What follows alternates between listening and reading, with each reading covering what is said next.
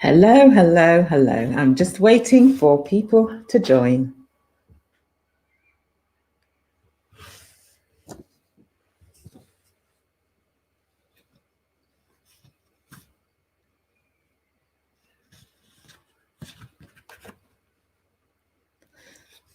Hello, hi from Prague. Hi, everybody, and welcome to today's Lunch and Learn live session. So whilst we're waiting for people to join, please share where you're joining us from. So we have Prague. Where else have we got joining us today?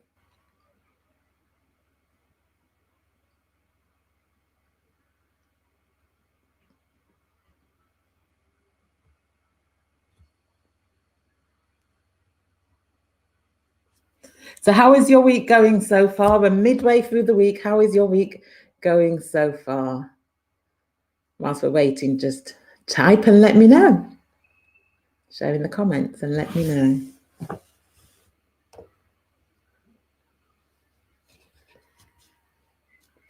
Hello, Natalie from Dorset. It's good to have you here. I'll give it a few more seconds, and then I'll get going. Hello from Canada. It's lovely to have you here. Hello from Holly from Vestal, New York. It's great to have you here. Right, so I'll get going, and as people will join, no doubt, as we go along, and I'm sure there will be many that will be watching it on the replay as well. Hello, Morvi. Hello, Stacey from Atlanta. So welcome to Tips to Tackle Imposter Syndrome for Introverted Women Leaders. And it's reported that 70% of people experience imposter syndrome at some time. And I think that that is high. And a lot of people don't probably realize that how many people experience it, because it's not something that gets talked about a lot. And the thing is, when we don't talk about things, then it adds more of a stigma to it, and people who experience it will more likely suffer with it in silence, and because they're not talking about it, it will become this big obstacle that gets in their way of them enjoying their leadership experience and having the impact that they want and the success that they want. And the thing is, it's not just women that experience it, men do too.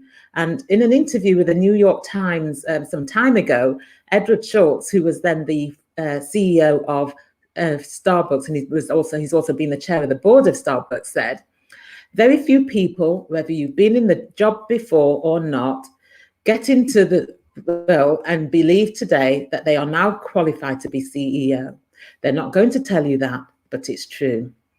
So this is a man who was CEO of a company that we're all familiar with, who has experienced it as well. So for everybody who is on this live today, imposter syndrome is something that is widely experienced, and you're not alone. However, it can be debilitating for some people. It can get in the way of enjoyment. And so what I'm going to be sharing today is some tips on how you can tackle it. And so for those of you that don't know me, hi, Jacqueline from the UK. Hi, Raksha from India. So for those of you who don't know me, I'm Carol Stewart. I'm known as the coach for high achieving introverted women. I'm an executive and career coach, and I coach women who are senior leaders to exude presence, to be visible, to influence, and to make an impact.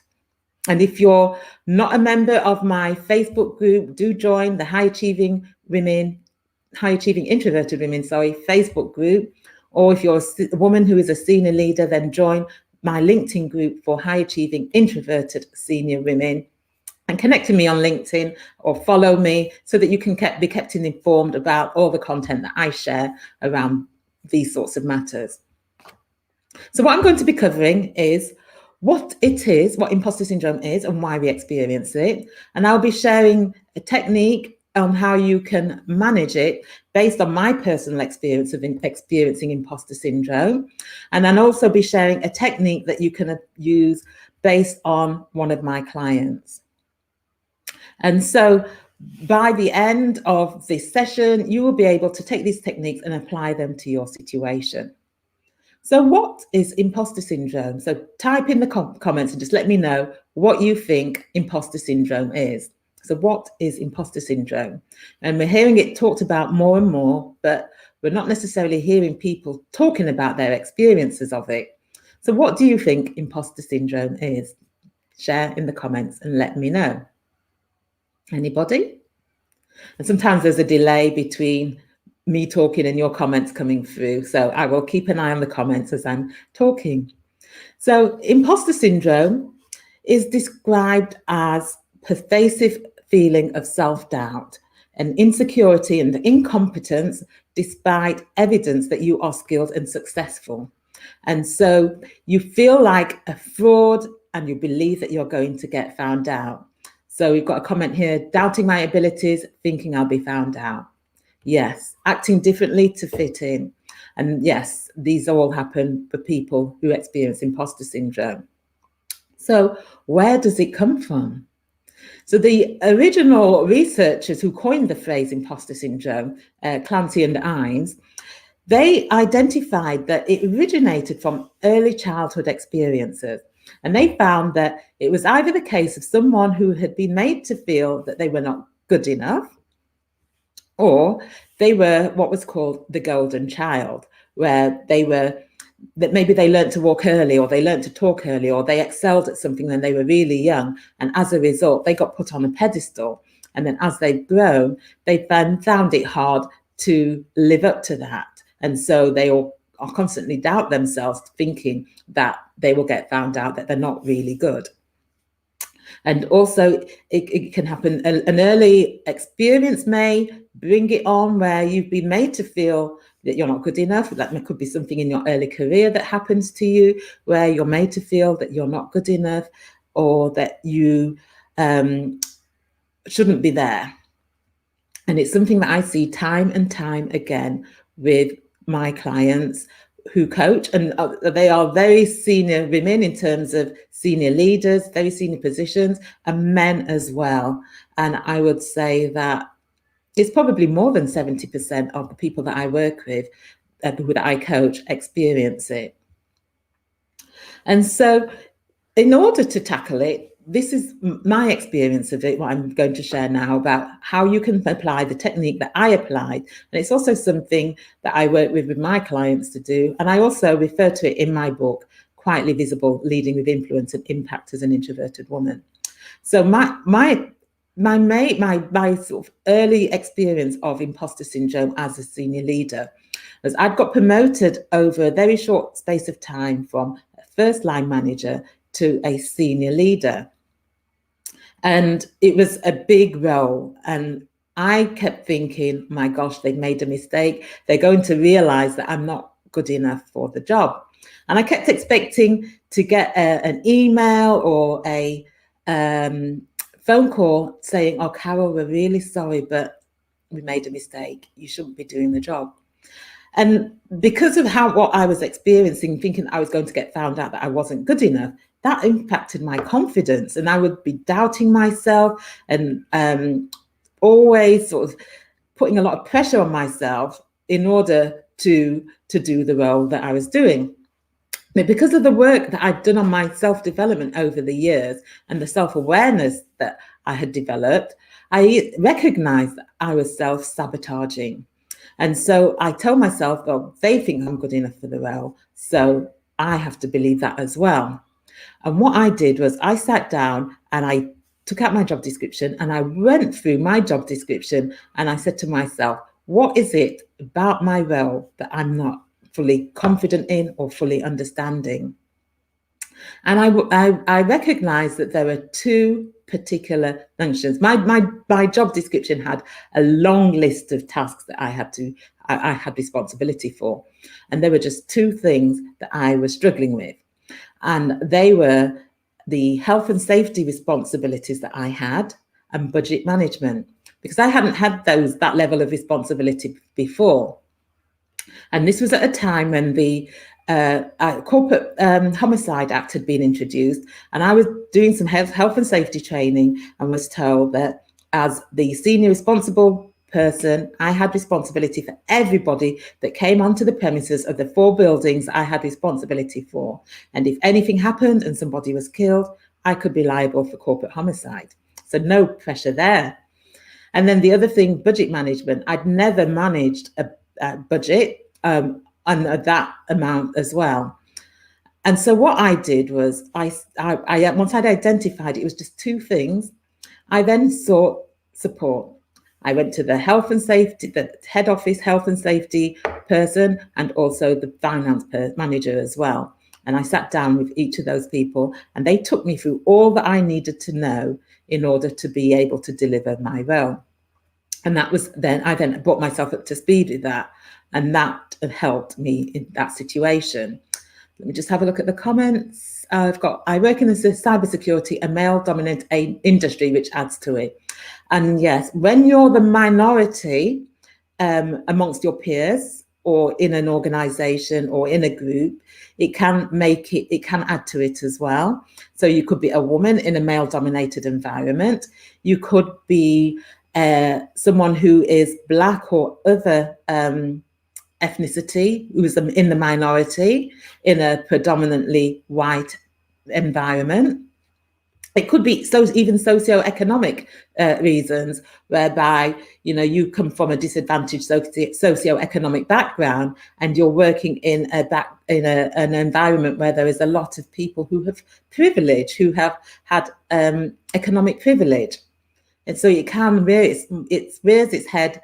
You're more likely to experience it in those sorts of situations than if you were one of the majority.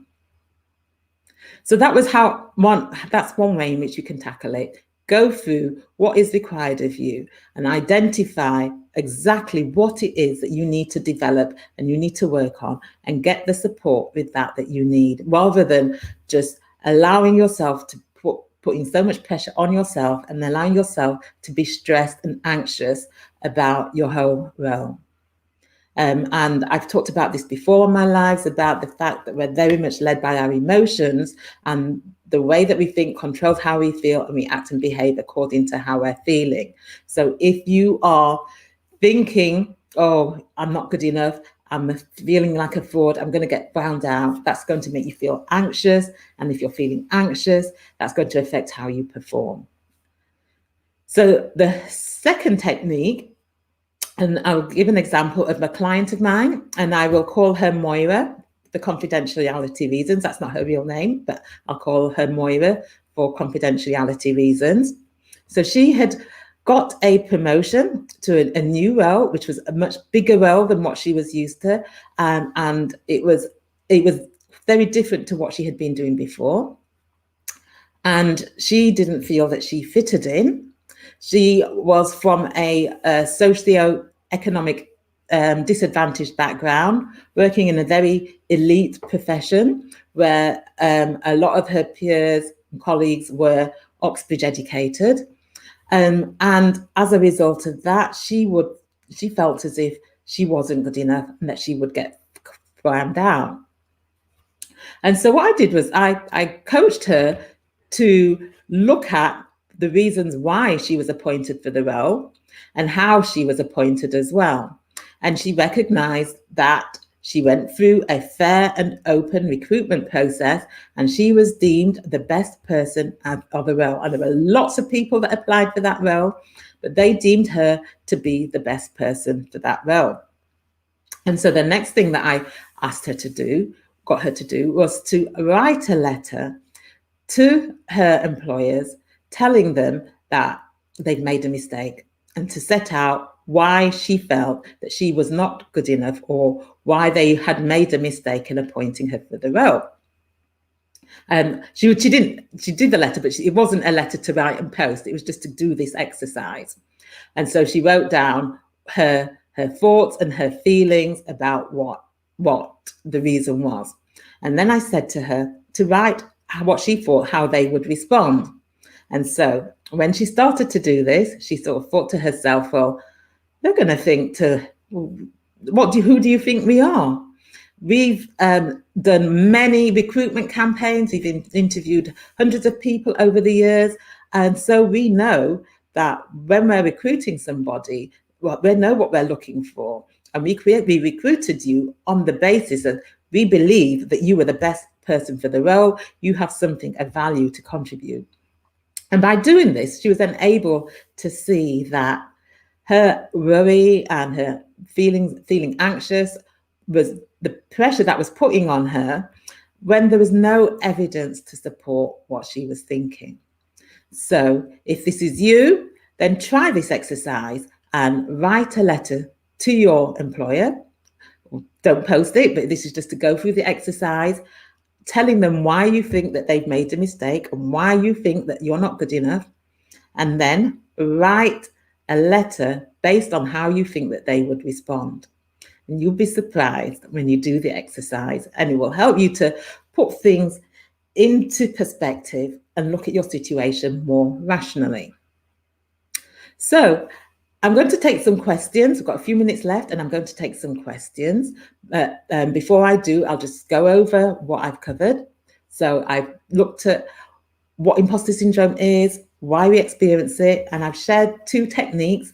One from my personal experience, whereby going through my job description and identifying the specific things that I was struggling with and getting the support to enable me to deliver my role to the best of my ability. And then that of Moira, who thought that she was going to get 4 and found out that they'd made a mistake, and getting her to really sit down and reflect as to why she had been given the role. And then she was able to see the situation rationally, to see that she was deemed the best person for that job, and she deserved to be there. So what about you? What are you going to do so that you manage imposter syndrome? And the thing is, throughout your career, you may find that as you take on a new level of responsibility, you go for a new position, bigger roles, that it will rear its head again. And that is often the case when you're in the unfamiliar. It's old patterns of behaviors that creep back in again.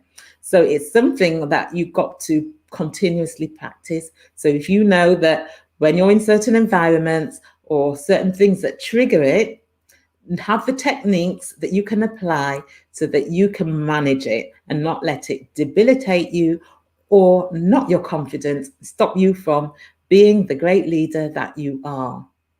And I experience, if I'm taking on a new area of responsibility, it will sometimes rear its head again for me. So at the beginning of last year, well, the end of 2019, once I'd written my book, submitted it to the editor, it had a wave of imposter syndrome come over me.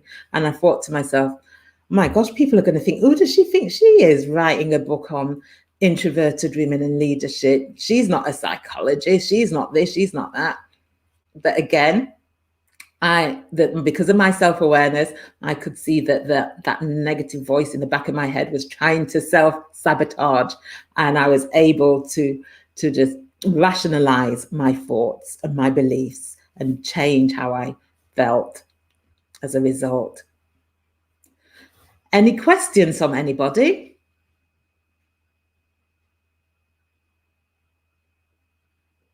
So what are you going to do differently as a result of taking part in this live session today?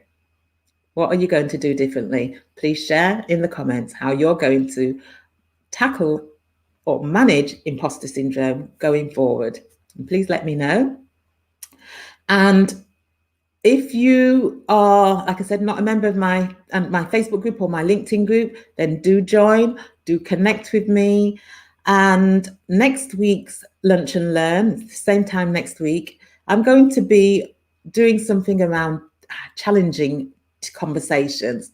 So it's International Women's Month. International Women's Day is on the 8th of March. And so next week, Wednesday, the Lunch and Learn will be about the theme for International Women's Month this year is Choose to Challenge.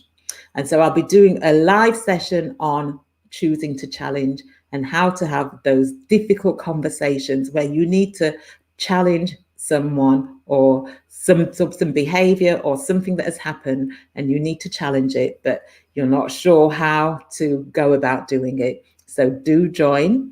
And if you want to know areas that you can work on to develop your confidence, influence, and impact, then if you go to my website, aboundingsolutions.com, and complete the assessment, it will give you, help you to identify those areas that you need to focus on. So that is it. So let me have a look. I've got a comment here. I'm currently recovering from burnout, so confidence took a knock. I'm taking steps to self-validate and find evidence to challenge myself. And yes, so having experienced burnout, then, you know, that is a good thing to take the steps to, and remember, you do not need anybody else to validate you because, you know, you are good enough as yourself. We're all created individually. We all have different skills, different abilities, different strengths, things that we're good at, things that we're not good at. And recognizing that you are unique, you are individual, and you are good enough. And that you do not need to compare yourself to others. You do not need to look at what other people are doing and then feel bad in the process that you're not good enough. You are you, and you are enough. And it's about recognizing and accepting that as well. Another comment here, it's a community thing too. General conversation is negative about anyone who does well. And the thing is, what we need to do is we need to learn to filter out those negative comments, those negative environments that will drain us, and not listen to them. When you hear people that are negative, I once worked in an environment.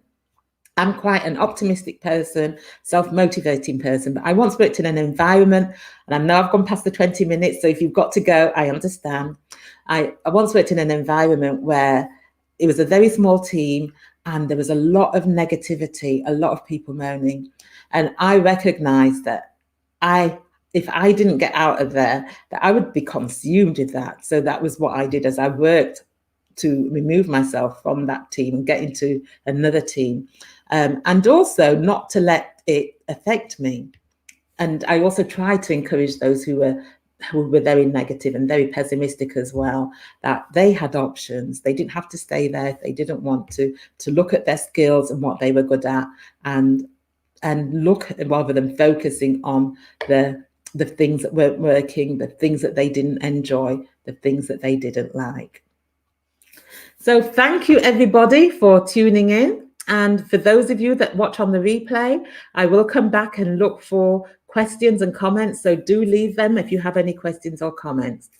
And until next week, I look forward to seeing you then. Bye.